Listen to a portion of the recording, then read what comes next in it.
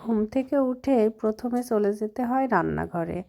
আর রান্নাঘরে কি খাওয়াতে হবে, কি নাস্তা রেডি করতে হবে, এটা ভাবতে ভাবতেই মেয়েদের জীবন অর্ধেকটা কেটে যায়। কারণ কি খাওয়াবো, কি নাস্তা রেডি করব, এগুলাতেই আমাদের জীবন পার হয়ে যায়।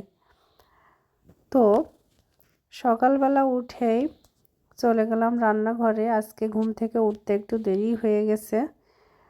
তো রান্নাঘরে গিয়ে রসুন পেঁয়াজ কেটে, কাঁচামরিচ কেটে, তারপর এখানে আলু কেটে ভাজা শুরু করে দিয়েছি।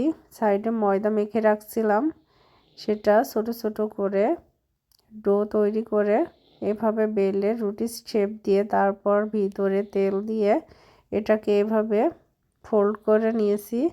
এখন এটাকে বেলে অল্প তেলে ভেজে নিব। ভেজে তারপর এটা পরিবেশন করব। তো আমি এখানে শুধু পরোটা না, পরোটার সাথে আলু ভাজি নিয়েছি, ডিম পোস্ট নিয়েছি, নিয়ে সকালের নাস্তাটা শেষ করেছি। তো সবাই ভালো থাকবেন। আল্লাহ হাফেজ।